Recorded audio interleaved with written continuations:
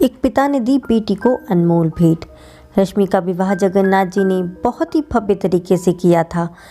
अपनी सामर्थ्य के हिसाब से उन्होंने बहुत दिया। कर्ज भी बहुत सिर पे चढ़ गया था।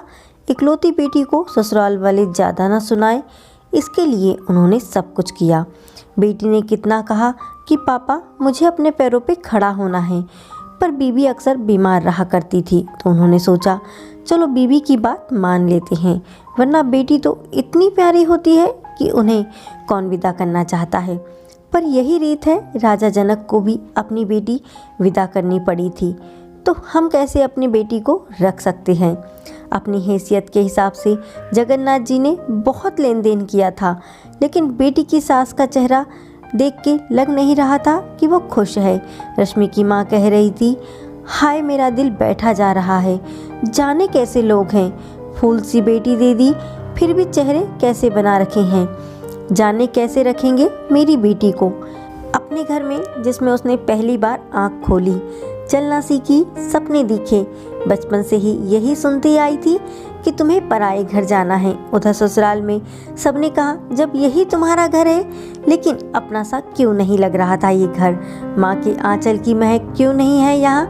ऐसे ही सवाल रश्मि के अंतर्मन में चल रहे थे, पर जवाब किससे मांगे। विवाह के बाद पहली बार मायके आई बेटी का स्वागत सप्ताह भर तक चला। सप्ताह भर बाद बेटी को जो पसंद है वो सब किया गया। वापस ससुराल जाते समय पिता ने बेटी को एक अति सुगंधित अगरबत्ती का पूड़ा दिया और कहा, बेटी जब तुम ससुराल में पूजा करोगी तब ये अगरबत्ती जरूर लगाना। माँ ने मंद मंद स्वर में कहा, बिटिया प्रथम बार मायके से ससुराल जा रही है, तो भला कोई अगरबत्ती जैसी चीज कोई देता है। पिता ने झट से जेब में हाथ डाला और जो भी पैसे थे जेब में, जितने भी थे, वो सब बेटी को दे दिए। जगन्नाथ जी ने और उनकी पत्नी ने महसूस किया था कि बेटी के चेहरे पे जो रौनक थी वो अब गायब थी। वो एक ही रात में पराई हो चुकी थी, वरना वो एक बर्थडे पार्टी से भी आती तो पूरी रामायण सुना देती। आज तो ससुराल से आई है, फिर भी कुछ नहीं कहा। समझ तो दोनों लोग रहे थे, पर एक दूसरे से नजरें चुरा रहे थे। ससुराल में पहुंचते ही सासू माँ ने बहू का बेग टटोला और पूछा कि तुम्हारी माँ ने विदाई में क्या दिया है। कुछ विशेष ना मिलने पर उसकी नज़र अगरबत्ती के पूड़े पर गई। क्रोधवश सासू माँ ने मुंह बनाकर बहू को बोला कि कल सुबह यह पूजा में अगरबत्ती लगा लेना। सुबह जब बेटी पूजा करने बैठी तो अगरबत्ती का पूड़ा खोला तो उसमें से एक चिट्ठी निकली। चिट्ठी में लिखा था, बेटी यह अगरबत्ती स्वतः जलती है, संपूर्ण घर को सुगंधित कर देती है। इतना ही नहीं, आजू बाजू के पूरे वातावरण को भी अपनी महक से सुगंधित एवं प्रफुल्लित कर देती है।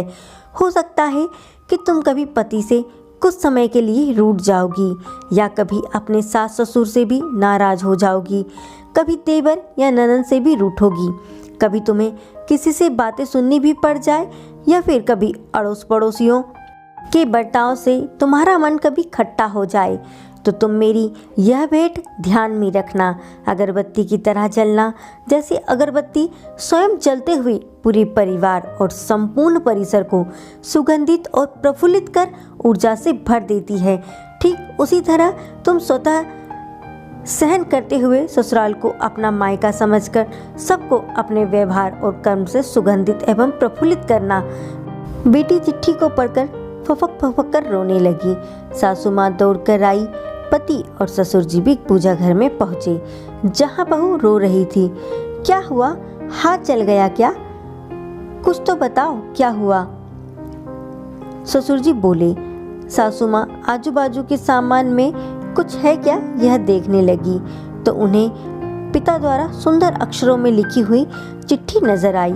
चिट्ठी पढ़ते ही उन्होंने बहू को गले से लगा लिया और चिट्ठी ससुर जी के हाथों में दे दी। चश्मा ना पहने होने की वजह से चिट्ठी बेटी को देकर पढ़ने के लिए कहा। सारी बात समझते ही संपूर्ण घर स्तंभ हो गया। सासू माँ उच्च स्वर में बोली, अरे यह चिट्ठी फ्रेम करानी है, यह मेरी बहू को मिली हुई सबसे अनमोल भेंट है।